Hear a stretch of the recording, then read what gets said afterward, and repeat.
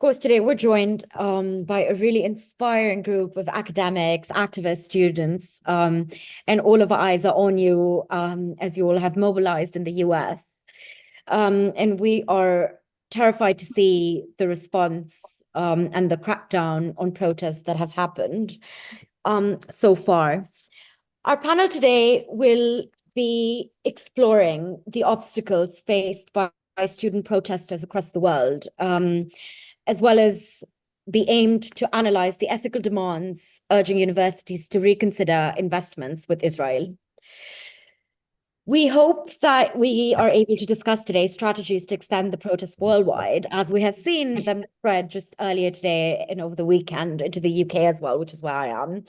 And it's been quite pleasing to see that. And yeah, I just want to note we will be beginning with Isra Azemli, who is a pro-Palestinian, who's been part of the pro-Palestinian protests at Loyola University in Chicago. But before I begin, I would just like to say that this is not the format of a speech or it's an open panel discussion. So if anyone would like to comment or please do feel free to have a discussion.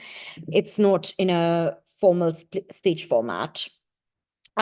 Before I begin with Isra, Isra would be hopefully followed by Dr. Stephen, and then Rafi Al-Habashi, who's also who's from Georgetown University. Thank you so much, Isra. Thank you all for having me. Just a quick correction. I think there was an error. I'm actually at Harvard. I'm sitting outside of our encampment now. I'm calling in from my phone. We've had an urgent response needed here this morning, so I'm trying to be here for just the first 5 minutes before I step out. You know, I'm not sure if people are caught up on the news of what's going on at Harvard, but I think when we're talking about repression of campus protests, really interestingly, yesterday we received an email from our president saying that any students involved in the encampment will be suspended, put on involuntary leave, which means we lose housing, we lose our insurance, we lose our ability to even enter our campus. And I think in particular, thinking about his choice to have that response is pretty egregious considering the discipline with which the Harvard protesters have moved over the last 2 weeks. The protesters here have been very careful to never block pathways. They follow quiet hours. There was never a moment in which we did not follow orders from police or administration when they asked us to remove something. And despite that, the administration has refused to speak to us, refused to come to the table, refused to respond to emails, and kind of followed up with suspension orders yesterday. And so I'm here today to support the campers and be around in case police are sent in, which is why I'm only going to be able to be here for the first 5 minutes. But I'm happy to take any questions after giving you that little debrief. Just, I'm curious to hear from others how they're thinking about this, and so happy to be here with everybody else. Thank you so much, Isra. I would just like to invite Dr. Stephen to speak to us next. Professor Stephen Zunes is a professor of international security and foreign policy at the University of San Francisco. So, thank you. I just want to put a little historic perspective in the mix.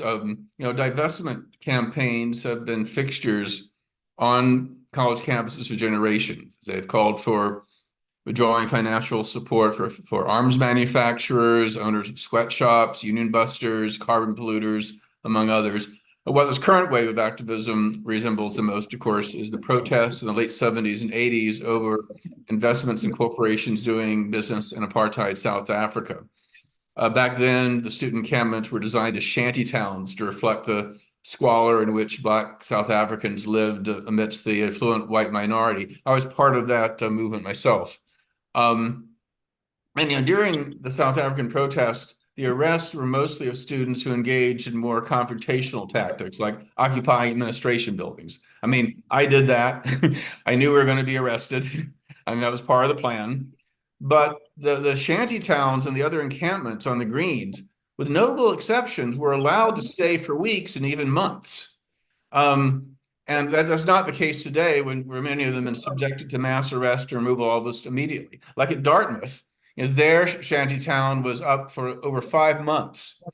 This time, the administration allowed it to stay up for maybe 5 hours before they engaged in mass arrest. And similarly, the student groups that organized the shantytowns and even disrupted protests like the sit-ins in the administration building were allowed to operate as recognized student organizations. But now in Colombia and a bunch of other places, chapters of Students for Justice in Palestine, Jewish Voice for Peace, and other anti-war, anti-occupation groups have been banned. Yet another difference between now and the 80s is that while college and university administrators generally oppose divestment as a tactic, they would often reassure students, faculty, and alumni that they too strongly opposed apartheid. But today, virtually no college or university administrations have come out in opposition to Israeli apartheid or the occupation or the war in Gaza. And that underscores that they not only oppose enforcing ethical investment policies, but that they oppose the peace and human rights agenda as well. And they're not alone. I mean, if you look at the 2020 Democratic Party platform, it also explicitly opposed divestment campaigns targeting Israel. That same platform, however, did not criticize or even mention the Israeli occupation, illegal settlements, ongoing human rights abuses.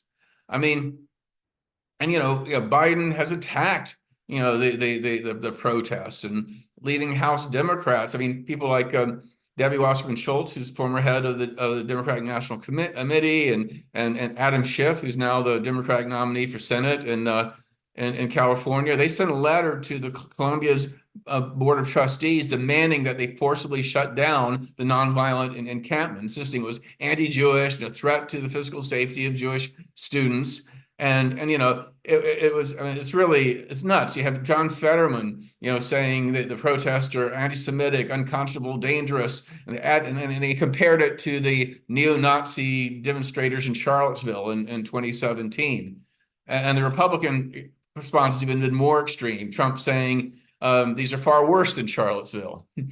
And I could go on, but I think what we're seeing is something pretty disturbing, that things have moved to the right. I mean, in the year since I was camping out on my campus, and it's not.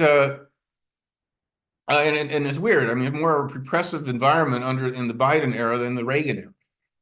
And I don't think it is just a matter of powerful Zionist groups or donors or that kind of thing. I think we're really seeing the very fact that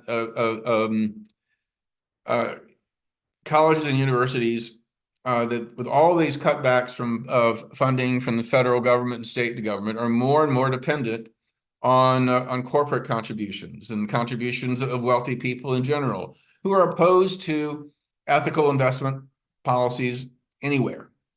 And so this is not just a struggle for Palestinian rights. This is a struggle against the whole neoliberal shift in American higher education, where the priorities of the wealthy and powerful are more important than those of you who are struggling for basic peace and human rights. And so I mean, we've seen how campuses have suddenly changed policies, overnight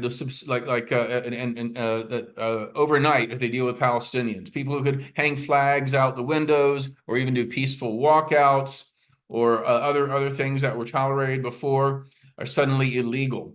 That even people could camp out on the green to get good basketball tickets, but they can't camp out on the green in support of Palestine.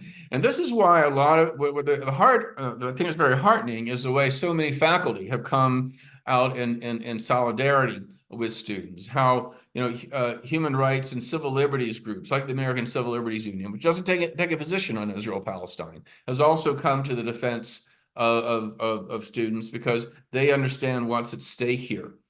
And so And I think this is going to be a very educational process, because not only are these protests raising consciousness and awareness about what's happening in Palestine, but also about the whole structure of the whole system. It can be a radicalizing influence in the very best sense of the word.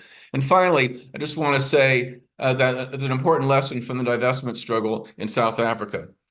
In a lot of places, in fact, most places, the colleges and universities never divested. A fair number of them did. So, keep trying. I mean, this is not a hopeless cause. They have divested. Some are divesting from fossil fuels. There can be some real victories here. But the main thing about the divestment campaign was not getting these universities to divest per se, because the way they support the extent to which they support Israel, like the extent they support apartheid South Africa, is pretty minimal, compared to the billions of dollars in U.S. arms and everything being sent to Israel. But it raised awareness, it raised consciousness, it put things on the map. It reminded students that something was happening thousands and thousands of miles away. Is something that affects that we have a certain responsibility for. So stay on message. Be very, remain nonviolent, remain inclusive. I know I know the claims of anti-Semitism are grossly exaggerated, but when it does happen, challenge it, and don't let people get away with it. And be very clear on your vision that this is about justice first and foremost, and that those of us involved in higher education, whether it be as students or faculty, these universities are very important places to raise these very deep and important questions. Thank you very much, Professor Stephen. Actually, due to the large number of speakers, we would like to make the contributions for 3 or 4 minutes, and then if there is a time, there will be comments and discussion. And also due to the critical situation each student could be at now, we will move to Rafa. Rafa, are you with us? Hi.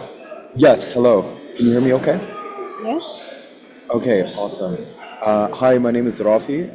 I'm here at the DMV SJP encampment at George Washington University. Apologize for not being able to stay on the call for very long. To give you some context, the DMV SJP Coalition is a coalition of students from 8 universities in the DC, Maryland, and Virginia area. I am from Georgetown University. We are on day 13 of our encampment here. The repression we've been facing has mostly been political theater. We've seen a lot of infighting between members of Congress and the DC city government, arguing over, who has the right to go in and clear the encampment and whether it should be cleared. But, in terms of physical violence from the state and from the university, we've had at least one university staff member physically assault a student. We've had GW police officers physically harm students, but aside from that, it has been very minimal compared to other universities. That being said, we really want to center Gaza in everything that we do. Obviously, yesterday we saw the beginning of the ground invasion of Rafah. Netanyahu said last week that the occupation forces would go through with the ground invasion regardless of whatever ceasefire deal was presented in Cairo, and we saw that Netanyahu kept his promise. Georgetown University's president, where I'm a student, is one of the only university presidents in the world to call for a ceasefire, but at the same time, Georgetown invests over $31.2 million in corporations that are developing tech for the Zionist regime. Ceasefire calls are empty words when you are materially complicit in genocide. And in a time where the prime minister of the Zionist regime is saying that the ceasefire agreement doesn't matter, that the genocide is going to continue regardless, it is our imperative to apply material pressure on the Zionist regime. That is the only option left that we have in the West. We need divestment now. We need an end to military aid to the Zionist entity immediately. There is no other option. We're tired of statements.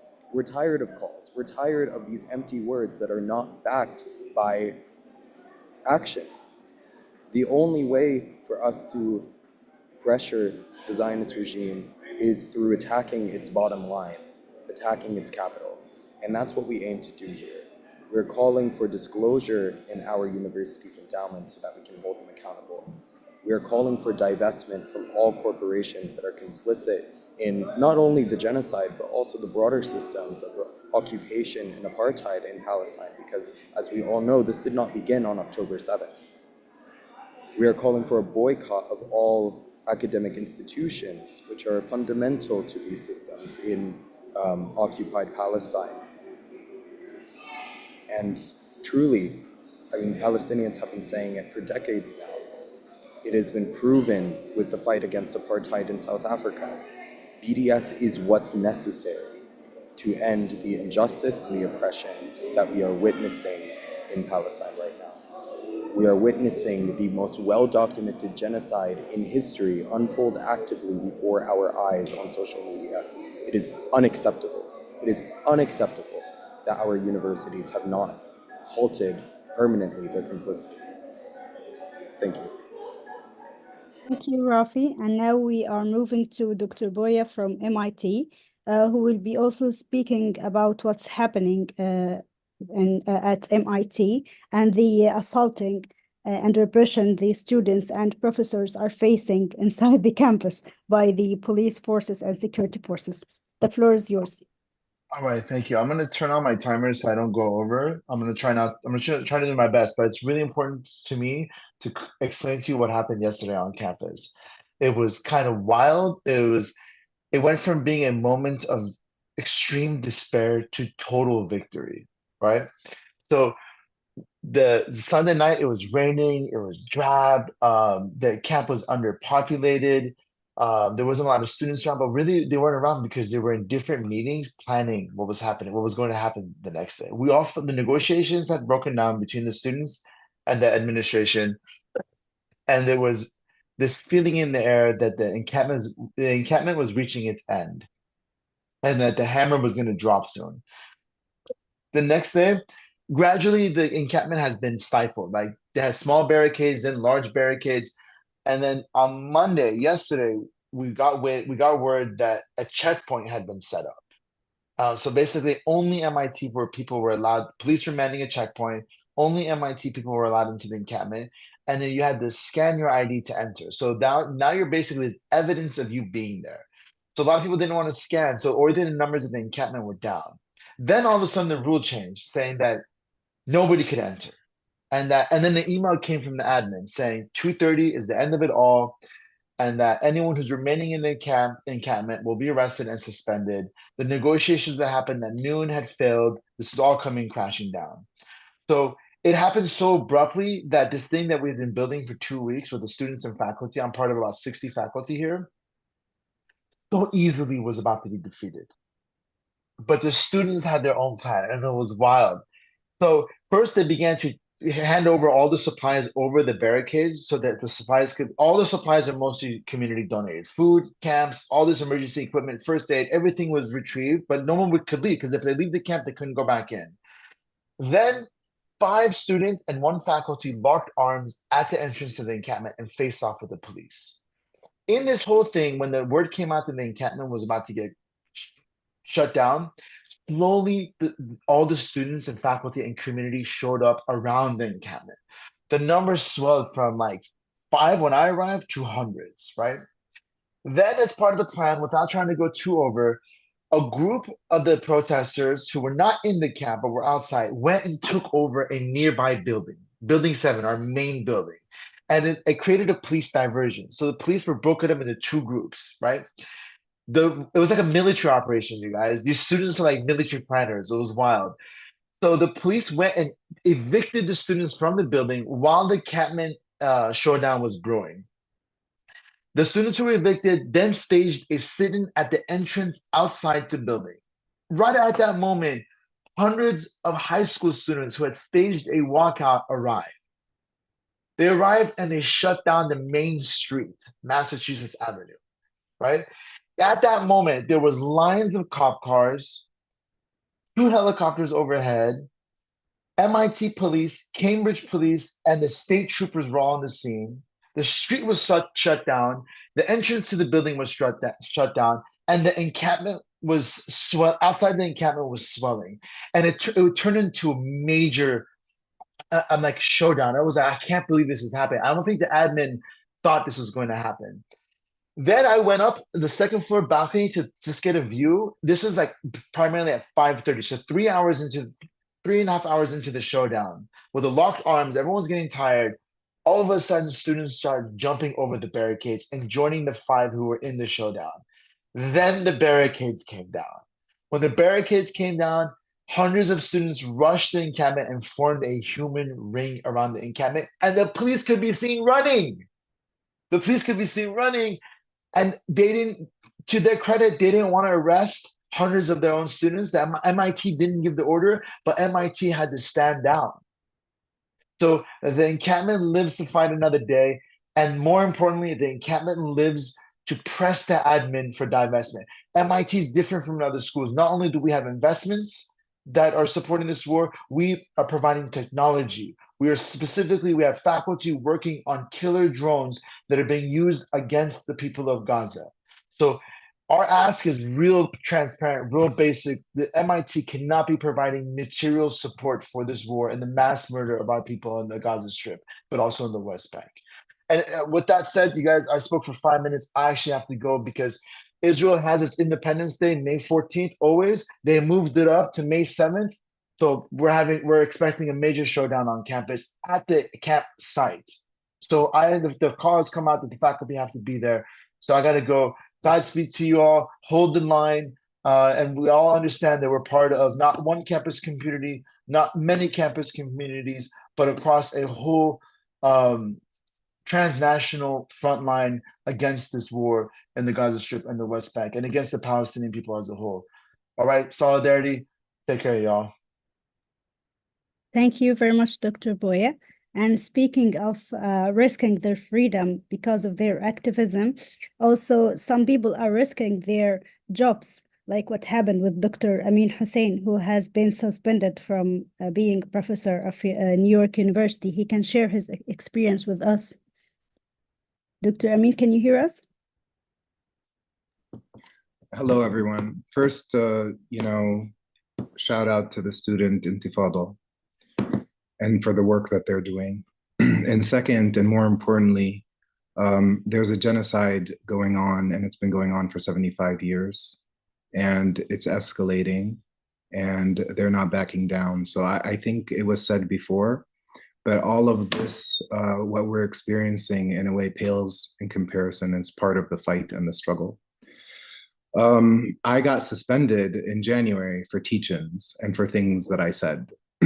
And I'm an adjunct faculty at NYU. And the suspension is really getting fired. They just keep you suspended so they don't make a fuss about it. But more importantly, just a couple of points, because I do want to stick to time and hear from the students and hear from others. Observations that we've seen in New York. The NYPD, in coordination with FBI, counterterrorism, all of these things, undercover cops, riot police jumping out of New York cabs, tactics of terrorizing people inside the cells, creating frozen zones like you saw in 9/11, suspension of civil liberties in entire swaths of geography when they went after CUNY encampment and Columbia encampment. This is not police shutting down something and being called by the administration to shut down something. They're identifying the student intifada as an insurgency, and they are applying modes of counterinsurgency through and through. So that's one observation. The second thing is that the student movement on campuses is really taking aim also at extensions of the state. The universities, the museums, these are sites of struggle where our lives touch the institutions in the state in the most immediate way. And now they're changing the rules. The administration has never been on the side of students. In fact, the administration has always been against students and against teaching. That's why they're created. And a big difference from the 70s or 60s and now is look at that administrative class and how much it grew. And grew in comparison to other jobs, grew in comparison to the role that they play in the institution. If you look at NYU, 70+% of the faculty are adjunct. So this is a business model. They're running a corporation, right? So I think like that's coming to bear on this, and it may explain why every time they've evicted or swept an encampment, it was administration literally in a circle with counterterrorism groups in New York, not separate, not asking for the cops to take something under control. Things are under control with the students. They invite the police for violence. And I think it's important to note that the violence is the genocide. There are no outside agitators. The outside agitators is a phrase that they've introduced and they've used time and time again for 200 years. And if you look at the administrative class and how they've applied negotiations, they've applied it as a tactic similar to what Israel did to the Palestinians during the Oslo peace process. Divide and conquer. There's an inside, there's an outside. Are you a student? Are you not a student? Are you allowed in? Are you not allowed in? These tactics are meant to break the front that's forming, that begun with the students, but doesn't end with the students. There isn't a campus that's separate from the neighborhood surrounding it. There isn't a university in the United States that doesn't exist on stolen land. This is the danger of the United States. So to the extent that we say divestment, transparency, it's a demand that makes clear, and it's a position that is righteous to be held for students who are paying money to get an education that then get called terrorists and not human. But at the same time, I have not seen an administration in New York that has dealt with the students in good faith. These negotiations have been carried out as a PR tactic. No more, no less. You saw it in Colombia, you saw it in CUNY. What does that say for our movements and how we engage in negotiations with them? And what is our strategic objective in conversation? I would say something like that, where they're trying to divide us from the outside, is precisely what shouldn't happen. And you saw that in Harvard. When they tried to attack the encampment yesterday, the march went to the president's office. And the march came not just from students, it came from the community surrounding students. So I think one of the things that the student movement is allowing to happen is these interconnected struggles are actually not a weakness. There's where leverage and strength can be carried to achieve objectives within the university, but more importantly, to stop the genocide. And I think genocide has a very specific time frame to it. I'm just looking at my notes to see if there's anything else. That's it for now. Thank you very much, Professor Amin. And exactly, student intifada is what is describing what is happening right now. And we would like to hear from Layla from Columbia University, where this student intifada spark has been begun. Hi, my name is Layla. I think there's actually been some confusion. I'm currently a student at Yale University. I'm in my third year. But we've had similar movements that were inspired by Columbia's encampment. And I was one of the individuals out of 48 people who was arrested on April 22nd when they tried to forcibly remove us from the encampment after a week long of being in Beinecke Plaza, which in the past has actually been used to build encampments to protest against South African apartheid. In 1986, they built shanty towns and they arrested around 70 students as well, with subsequent suspensions and punishments that were enacted by the university against these individuals. And I guess we're also kind of repeating that piece of history, and we wanted to simultaneously honor that by doing it on Beinecke Plaza. But they had arrested us in a systematic way, actually, where they targeted the Muslim and POC students first, and then they took us and kind of treated us differently to the non-POC individuals. They even provided additional warnings to non-POC students before getting arrested. And then they had taken us and processed us with a Class A misdemeanor and felony trespassing, which is the highest class that can be given to an individual in the state of Connecticut.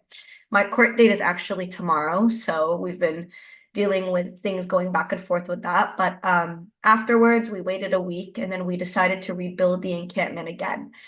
And when we did that, it was up on a different portion of campus, and that stayed up for around a couple of days before we also had to forcibly take it down because the administration was threatening with suspension of the students.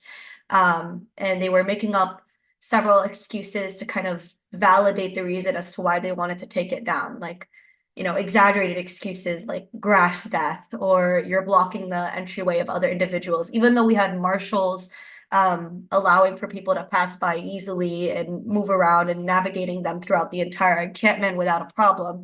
But Yale was just looking for any opportunity to shut down these encampments. And then shortly afterward, they arrested 4 additional students in a very brutal manner. They actually ended up breaking one student's hand. They broke another student's nose. They sat on another student, leaving him unable to breathe for around a couple of minutes.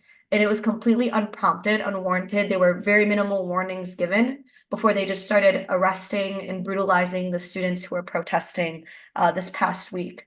And that was something that was incredibly horrifying to witness.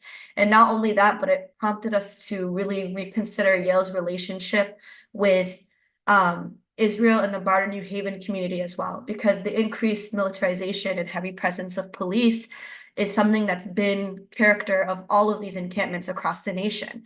But one thing in particular is that Yale University has actually collaborated with the IDF to train the Yale Police Department in the past. And the chief of the Yale Police Department, Anthony Campbell, if you look him up on Google, he's actually praising the tactics that the IDF had taught them in the past to continue to hold this cycle of brutalizing student protesters and activists. And again, everything is just so deeply interconnected. And we've seen this with Israel and the IDF training police officers that contribute to the brutalization of like Black Americans in the United States, or the brutalization of POC and minority students through police brutality. And again, it's all interrelated and interconnected. But beyond that, our demands for Yale University were incredibly clear.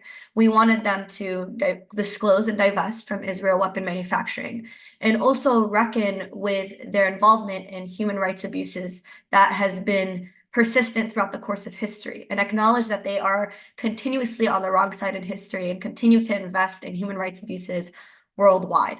And we know we've been trying to do that. And the thing is, transparency and accountability are key for negotiations, and our universities fail to comply with that. This isn't only a tactic that's been used for us, but a tactic that's, you know, been used for other universities. And I'm sure a lot of the student activists can agree with this.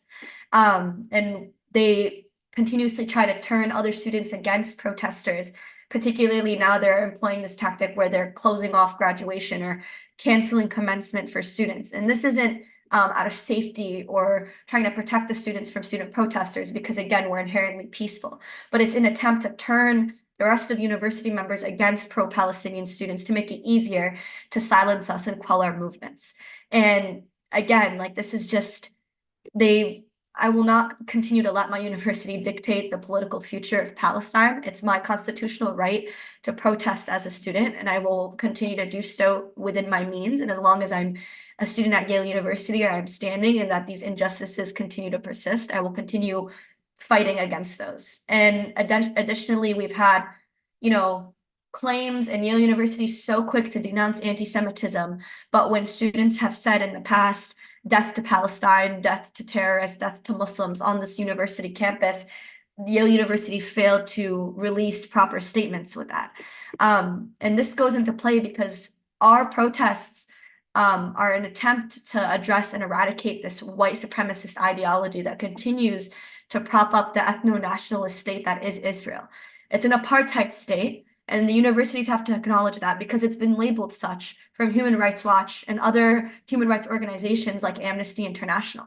And when we continue to reduce it to a religious issue by making exaggerated claims of, like anti-Semitism, it actually is harmful because Israel is not attempting to eradicate a specific religion, but it's trying to eradicate the Palestinian ethnicity, which includes Muslims, Christians, and Jewish individuals. There's intra-Jewish issues with Mizrahi and Sephardic Jews in Israel as well, and they're also treated as subpar citizens in comparison to, white Israelis too. So this is why I always say that I will continue to denounce anti-Semitism, but it is not equal to us protesting against anti-Zionism. Because again, we have Jewish students who are continuing to denounce Israel. We have the support of dozens of individuals who are even marshaling from Jewish Voices for Peace and Jews for Ceasefire now. And then if we also want to get into it, there is the rise of Islamophobia and xenophobia and arrests in the United States. Again, majority of these students and a lot of these students who are being arrested first, like myself included, were Muslim or visibly Muslim or POC. These, POC students are continuing to be at the front lines of these movements and sacrifice these things when it's typically very hard for them to they're always, I guess, pushed aside and considered as radical protesters or aggressive or the aggressors in these situations. So we're continuing to put ourselves on the front line for these things, but the media is instead trying to focus on additional narrative that we're continuously being spoon-fed instead of actually acknowledging this rise in Islamophobia and how Muslim and POC and Black and brown students are continuing to put themselves on these front lines and fighting against, this humanitarian issue, which is again the crux of this issue. It's not a religious issue. It's not a binary thing. It's us trying to fight against a huge humanitarian cause in the apartheid state that is Israel. We're trying to redirect the attention back onto Gaza and to make people aware that 30,000 people, and in addition, 30,000 counted people, which doesn't also take into consideration the people who are currently buried under the rubble, but taking into consideration that this is a grave humanitarian issue with severe consequences that'll have long-lasting effects in this region for probably longer than our generation will live to see. And this is exactly what we're trying to make our policy workers and our students and our institutions focus on.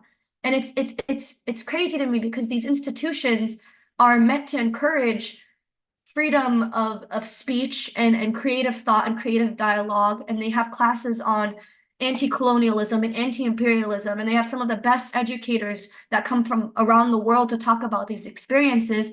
Yeah, but it's become increasingly corporal, and these universities, instead of curating this thought and curating the next generation of advocates to make the world a better place, they're instead pumping out, again, future war criminals or individuals who won't place priorities on improving the situations of human rights abuses, not only in Palestine, but worldwide, because again, their focus is only corporal.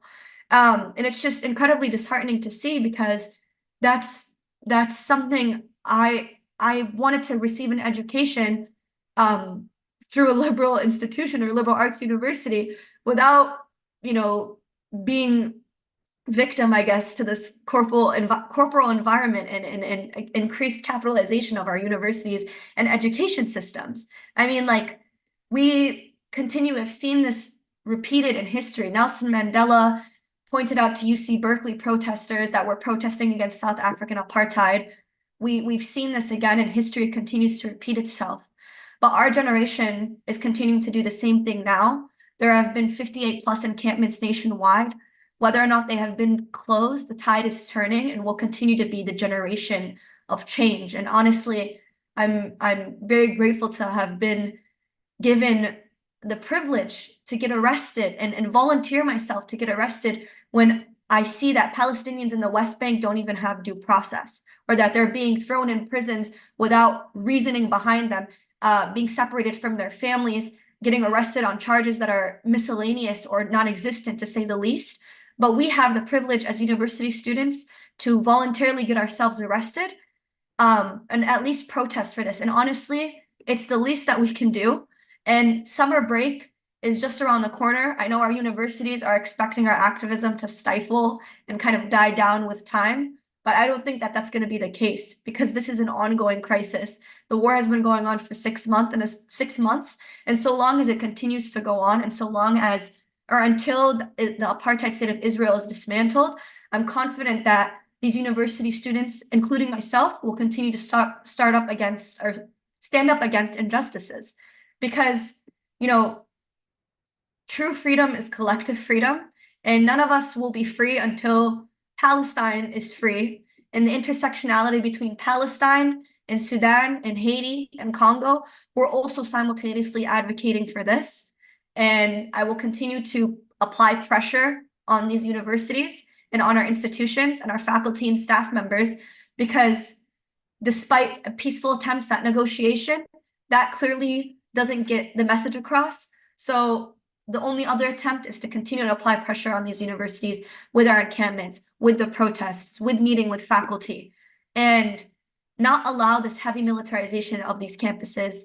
We don't want to live again in a post 9/11 reality where the university is coordinating with the FBI out of safety for their students, but in reality, we know exactly what this means, and that means continuing to observe and monitor their Muslim and POC students to stop their. Sorry, Layla, for interrupting you, but That's just it. I'm done. Sorry, I get really passionate about this, but thank you guys so much. I do have to get going. It's so nice to see you guys in solidarity. Good luck with all of your other attempts for the rest of the you school are year. most welcome. But as everyone is known that a lot of speakers still not speaking, and we would like to give everyone chance to speak and to share their experiences. And if there is a time later, we can go for a broader discussion.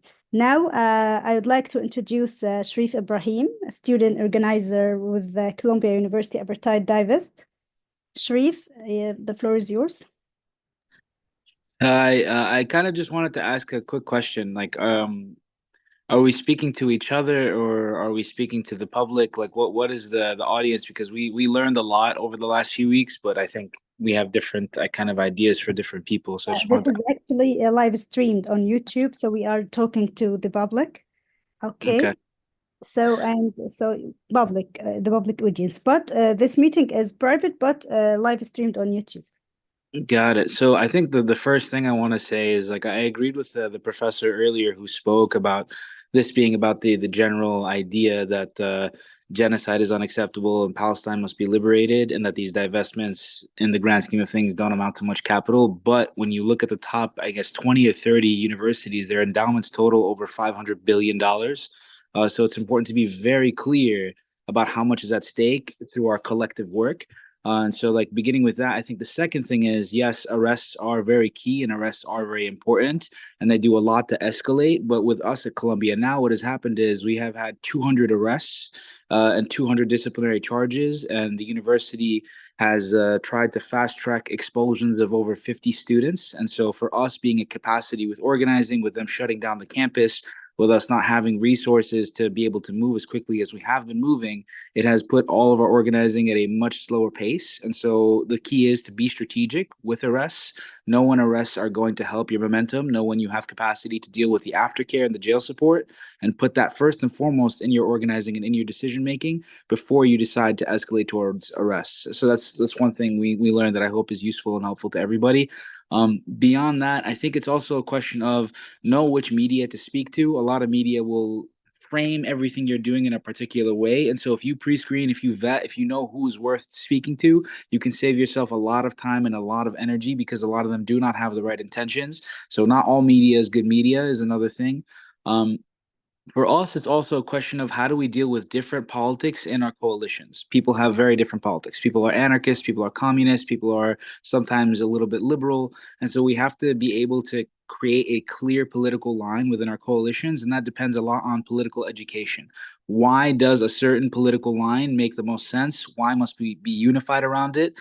And why is that so key to our safety? Our safety matters because when the NYPD comes in with batons and flash bombs, and they throw people downstairs and a gunshot goes off, politics of total nonviolence, totally like working toward not defending yourself and just trying to barricade with bodies, means people will be hurt. It means people will be violated, and it means a lot of people will have very, very different kinds of aftercare that are multi-layered. And so that's where us having clear politics is very important. If a cop comes in and he swipes a baton, you have to be able to at least somewhat defend yourself in the same way that we say Palestinians have a right to defend themselves. It's very tied, it's very connected, because them laying a siege on the Columbia campus, they've basically made it where we cannot enter or exit the campus. They've limited it to students who live in the dorms. And so much of it has become very intense because the university wants to be a contradiction. And so that's where we benefit from this. They want to say we are a liberal university that cares about knowledge and education and knowledge production, but we also will call the NYPD at a moment's notice to be able to shut everything you're doing down. And so that contradiction is untenable. And so we know that, and they know that, but they think they can get away with it because they're going to arrest us every time we do something. And what's happened now is we have been very, very capable of being able to work through that and to make the university look horrible. There's a meme page of the university president now that is ridiculing her left and right. And it's become something that's been beautiful, honestly. It's been the same as at all of your campuses. They threatened the National Guard on us, and 3,000 students came out to defend the camp. And it was like seeing an ocean of students just take over the entire campus. And we literally were able to stop them even trying to sweep. I think a lot of what happens, again, is tied to longevity. It's tied to how we take shifts and how we prioritize rest. If everyone is working for 72 hours straight and no one is taking rest, people are going to be burnt out, and they're not going to be able to return the camp to defend the camp. So it's literally intentionally scheduling rest so people can return energized and keep the work moving, because if everyone is on full capacity all the time, there will be burnout, there will be mistakes made, there will be things that are problematic. And I think the other thing I want to say is Palestine connects everything to everything. Palestine means that we are anti-racist. It means that we are anti-discrimination. It means that we believe in Black liberation and Indigenous liberation in this country. And when we are doing these camps here on this campus, we're creating small societies. We have libraries, we have small theaters, we have everything that was happening at Tahrir Square in 2011. That's the tradition we take from. We take from 1968 as well. These are very powerful, very critical traditions that allow us to build on what happened, but it's also different in that in 1968, they were fighting their universities and maybe their cities and towns. We are fighting capitalism. And that's what makes this all so much more difficult. We're dealing with a much bigger adversary that is unified across the board, whether they're Democrats or Republicans or just billionaires. They all care about stopping us. And so much more is at stake. And anytime one campus succeeds, all the other campuses feel the wave. We are all connected. Irrespective of what the media says, we are all connected spiritually. We're all connected politically. We're all connected in terms of what we think is possible and how we practice hope as a discipline, as Mariam Kaba said. Thank you. You are most welcome, Sharif. And now from the US to Europe to France, Sorbonne University, we are happy and to have Marcelo. Yeah, hi everyone. It's been really interesting to follow this discussion, because there's a lot of similar points between what's happening in France and what's happening in the US, especially on what the government and universities are saying about the pro-Palestinian protesters, saying that we're anti-Semitic, that we're pro-Hamas, and labeling us as a minority that is making noise, and showing something that's really not what everyone thinks, but as the moment there's been occupations and blockades of campuses, the entire population is watching towards universities, and there's like a gasp of air for people to talk finally about Palestine in France. And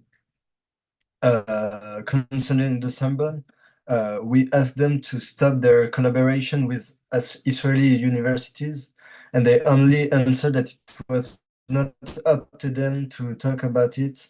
And we have this, but we have also repressed not as much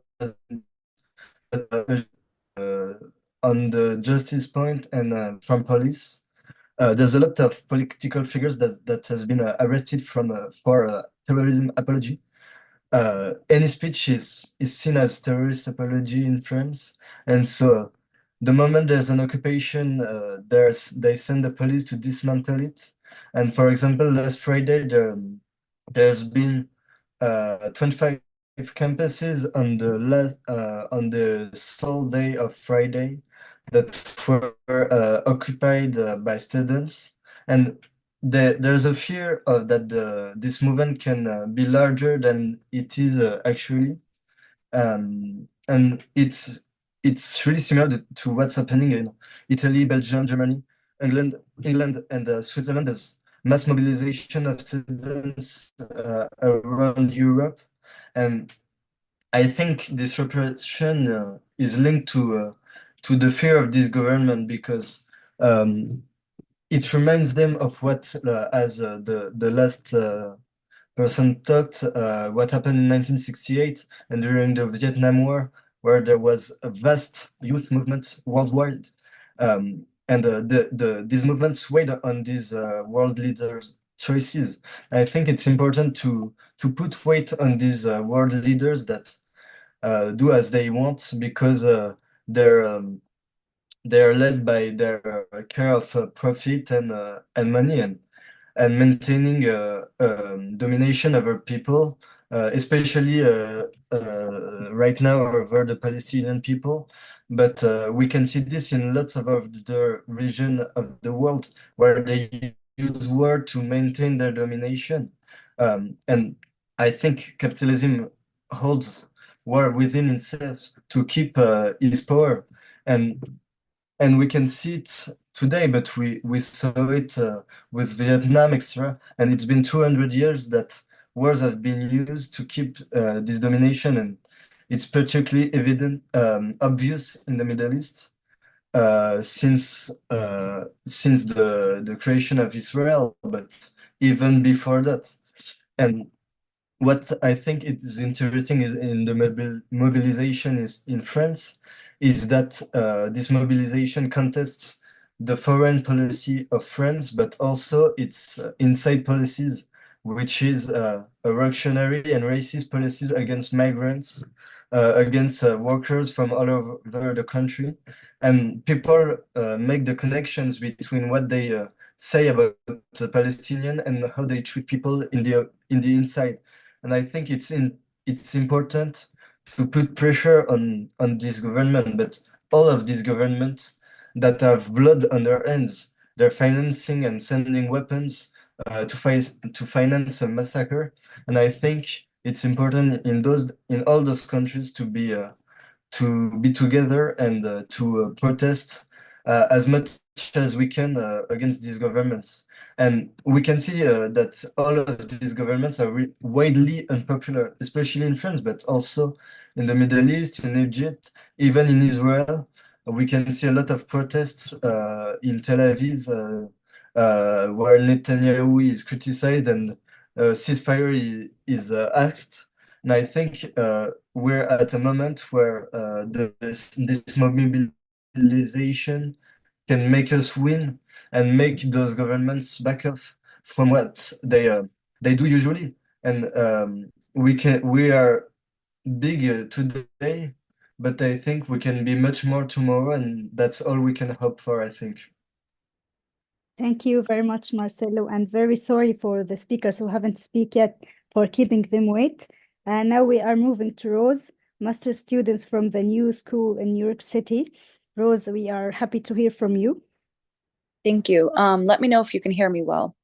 So because already so much was said and so many amazing points, and thank you to the previous speakers, I want to kind of add to Amin's conversation and shift back the perspective to the kind of oppression that students here in New York have been facing, because I feel that students in New York, Harvard, UCLA have maybe faced like the most or some of the most brutal reactions from administration, and then also brutalization from police as well.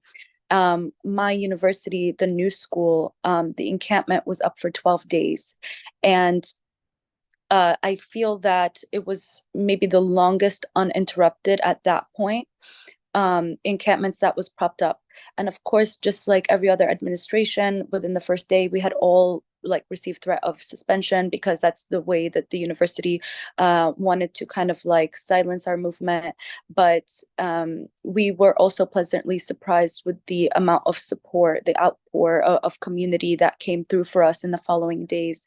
What is extremely ironic about my university is that it was built on the principles of social justice. It was actually built as a home for scholars who were escaping the Holocaust. And it actually says in its bio or on its socials that it welcomes dissent. And on the sides of the buildings, it says, you know, the names of classes that it's offered, like sociology of fascism or history of capitalism and social justice. And so it's ironic that a university that was built on these morals and these principles supposedly has had a complete devaluing of its ethics and has shifted on to something completely different, and has also become completely immersed with just the goal of being involved in capital and actually not uplifting any of the you know, progressive theories that it teaches its students. And something that we keep trying to reiterate to our university is that you know, what you teach us in our classes is not just theory. This is real life, and this is happening now.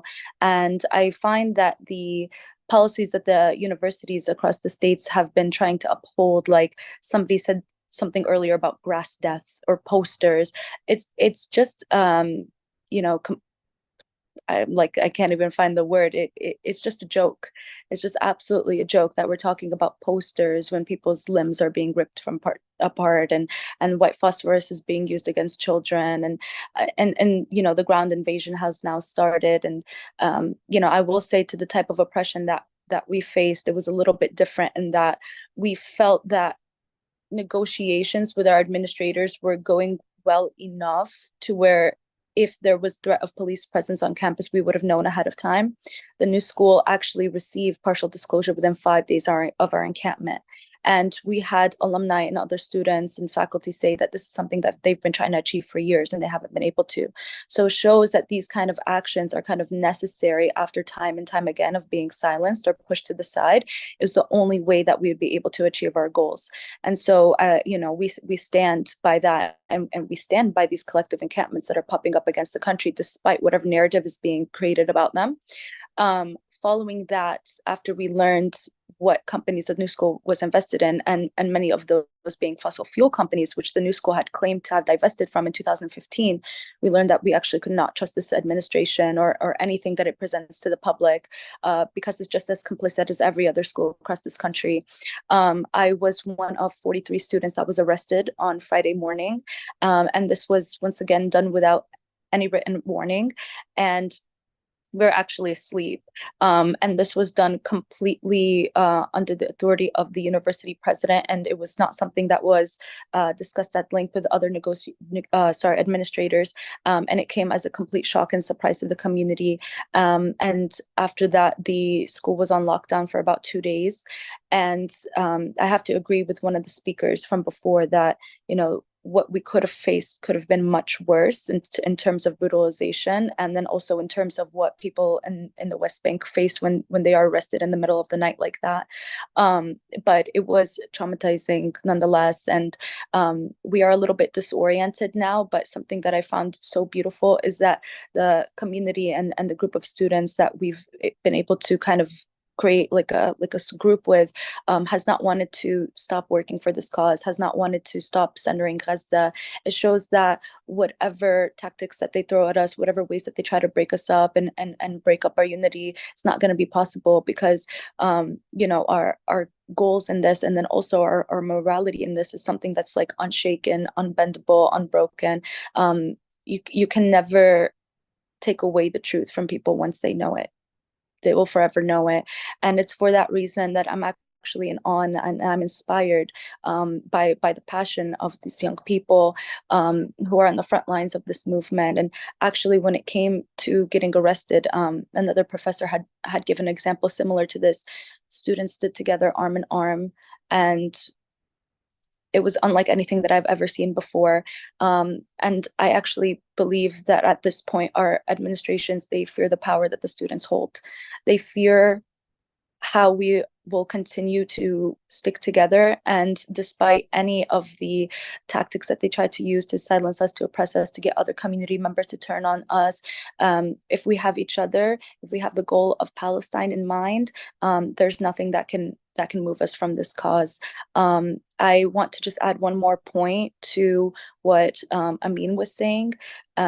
It's really important that students continue to essentially express to their administrators, faculty, peers, what their goals are in this, so that the narrative doesn't get muddled by all this like right-wing, like extremist narratives that are going around about why students are doing this.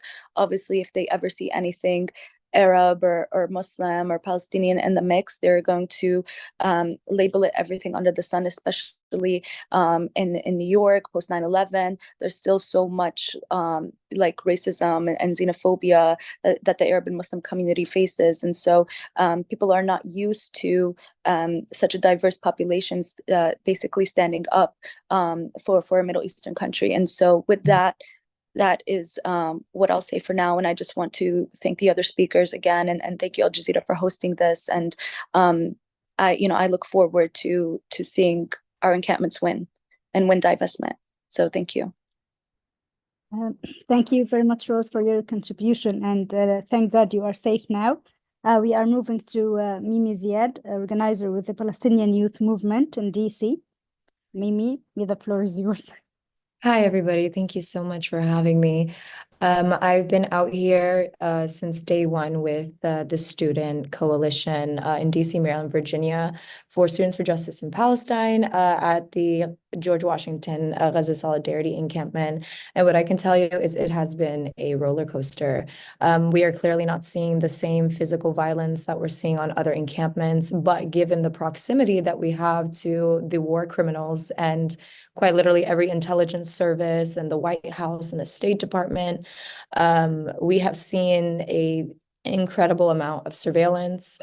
We have watched, as the other just last week, the House Committee on Oversight and Accountability Chairman, James Corner, and Representatives Lauren Boebert, Anna Paulina Luna, Byron Donalds, Eric Burlinson, and William Timmons toured, quote unquote, the campus to taunt and intimidate students, and scheduled actually a meeting for tomorrow, an oversight committee meeting tomorrow, hearing on what they're about to do with this encampment. And something that I keep emphasizing to the students is that this administration is terrified. They are absolutely terrified of the power of not just the students, but the community. The same day that this encampment launched, when I tell you, when the call was put out for community to come out, within 3-4 hours, we had hundreds of people outside ready to go. That same day, we had hundreds of people stay in the streets throughout the night. The next day, when the barricades were put up, the community decided, you know what, we know that the police is going to heighten their brutality on these students, and the administration is not going to protect these students. So the community set out their own encampment that is still ongoing right on the street next to the barricaded encampment at the time. The barricades came down from community pressure. I'm sure you guys have seen the videos. And this is all to say that something that is incredibly foreign to this country as a whole is the power of a people. We have had many press and reporters continue to ask, well, who is funding your supplies? And who are funding these tents? And who is taking care of these students? And I tell every single reporter, look around you. Us as Arab, us as Palestinians, it's internal for us to take care of each other. This collective care, is something so foreign to this country and this administration that it's impossible for them to actually understand how powerful we are as a community, how powerful we are as grassroots organizations when we come together. And as far as, how the students have been feeling, how they've been going, they're determined to continue to go on. The university administration, their president has refused any negotiations, has made it incredibly clear they do not want any conversation about this. They've invited the Metropolitan Police Department to intervene and brutalize the students, which for some reason, unknown reasons, the MPD declined to intervene.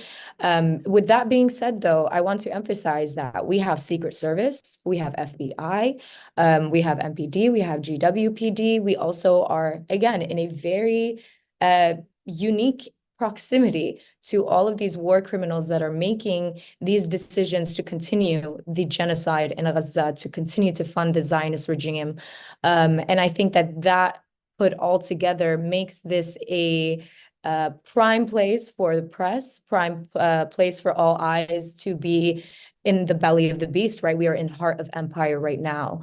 And again, all that being said, the students have persisted. They have made their demands incredibly clear. The 8 universities that are part of this, which is, I think, what makes this encampment so unique, is it's not just one university on its own. It is 8 collective universities from DC, Maryland, and Virginia that have come together and banded together to make sure that all their demands are met. And we're seeing this panic. I mean, us on the ground, we're seeing congressionals trying to come in and out, touring the encampment. Our first day of the encampment, actually, we had a Zionist come and assault students. This has been a reoccurring theme. I myself was assaulted by a Zionist the first few hours of the encampment. And so we're seeing this pressure, we're seeing this fear. And I think, it's a great thing. And a reporter asked me, well, what do you mean people should be terrified, or this administration should be terrified, taking it to a different place. But what I'm saying is that you have such a powerful generation that is literally ready to put everything on the line for the sake of liberation. And you have organizers who have come from previous generations that are re-energized, and that flame is reignited. I can say for myself that these students have made me feel something that I have not felt for the past 213 days. The motivation and the hope that we have seen and that has come out from these encampments has been amazing. And power to all of the students, power to all of the faculty. It's a beautiful thing. And this is going to go on for as long as it needs to go on. Whether these encampments die down or not, the demands for us are very clear. Lift the siege on Gaza now. Immediate and permanent ceasefire now. Release all of our prisoners now. And end all U.S. aid to the Zionist regime now. Thank you very much, Mimi. Now we are moving to Ahmed Muhammad, a PhD student at Boston University. Ahmed, you are with us. Hi, everyone. I'm a student at Boston University. We don't have an encampment at our campus, but there's multiple ones around the Boston area. There was one at Northeastern, Emerson, and now at Harvard, MIT, and Tufts. So a part of our contribution to these encampments, we go to these encampments and try to have a presence there to support the cause, basically. Unfortunately, at Northeastern, they have closed the whole encampment, and they have closed actually the Centennial Common, which is the main garden of the university, with them saying it's reserved for private events. So that's their way maybe to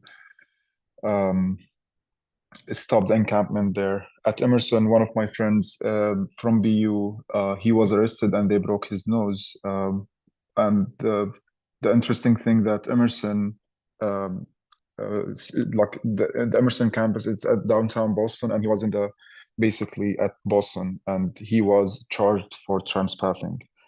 So what we see is that they try to find loopholes to charge students to scare them, but from what we have seen yesterday and what Poya pointed out about what happened at MIT, I'm not trying to be very optimistic, but I think these encampments are anti-fragile. The more that you try to stop these encampments, the more they grow.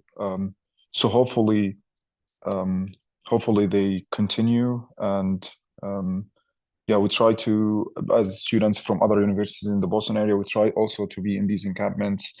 And the more we see that there is harassing from others, or with the policing around these encampments, we try to go actually to we feel more motivated to go because then we feel it's actually have an impact. These encampments have impact, and yeah, we try to keep going. So yeah, hopefully we get divestments and change the policies of universities in terms of building technologies for the IDF and the like.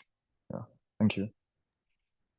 Thank you, Ahmed. And before moving to our final speaker, Tina, I just want to say that this discussion can go further if speakers share their contact data together for future cooperation or campaigns or initiatives in the same regard. Now we are moving to Tina. Hi, thank you for having me. My situation is a little bit different because I'm not a student, but I am part of the encampment in front of Anthony Blinken, Secretary of State's house. We've been here for a little over 100 days. I personally have been here since the end of February. And as the Secretary of State, it is Anthony Blinken's job to provide advice on foreign policy to the United States president and to ensure that United States weapons transferred to another country's government are used within accordance of international law, which obviously is not happening. So we are here to remind him daily of the crimes that are being committed with our tax dollars that he is greenlighting. And we are here to demand for a permanent ceasefire and the end of all weapons to Israel, to the apartheid Zionist regime that is currently committing a genocide. We have watched him spread heinous lies about what happened on October 7th. We have watched him sit on top of cases of rape and torture that were provided to him from within our own State Department. He has been made aware from the USAID that famine is imminent at this point, and the only way to prevent widespread civilian casualties is to call for an immediate cessation of hostilities and allow for the unconditional sustained entry of aid into Gaza. He knows that this is what needs to happen in order to prevent widespread civilian casualties, and he's not doing it. And now the IOF is beginning their ground invasion of Rafah. And he is, the other day he was just in Arizona for a conference on fentanyl.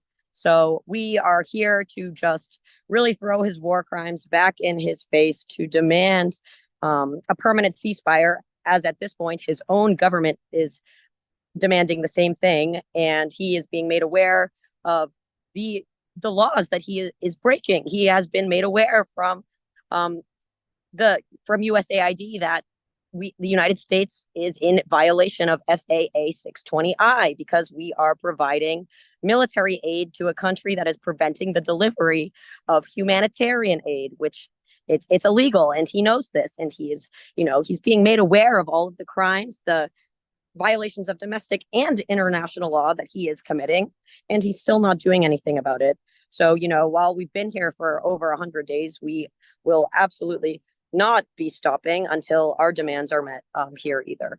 So, yeah, thank you for having me. You are most welcome. Actually, we have done with all speakers, but any final remarks, any final messages, any of the remaining speakers would like to add or to share before concluding this webinar? No? So thank you, everyone. Okay, Sri. I think so much of what's happening now is that they want to make arguments to us that their investment portfolios are set in stone. They want to use fear. They want to use violence. But just like U.S. empire, you know, when things are at their weakest, that's when they get the most violent. Just like Israel, when things are at their weakest, that's when they get the most violent. And so we can see through the mirage that they're trying to put in our face that their ability to hold on to these investments, their ability to maintain the status quo is coming to an end, and it's coming to an end very quickly in a way that they are shocked by and in a way that they can't believe and they can't fathom. And so everything is in our hands. All we have to do is sustain, all we have to do is take care of each other, make our politics clear, learn, educate our campuses, connect with community in spite of everything they do to separate us from community, and to make sure that whatever line we set is the line that remains set and that they don't get to define us and we define us. Thank you very much. So I guess we are reaching the end of the webinar. Thank you all of us for having with us today. I hope next time, inshallah, we are meeting, this war would be over, and inshallah, Palestine will be free.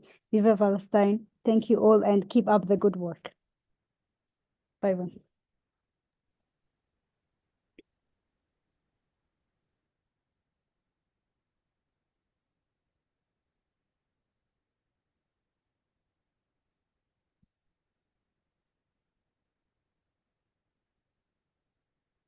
Right.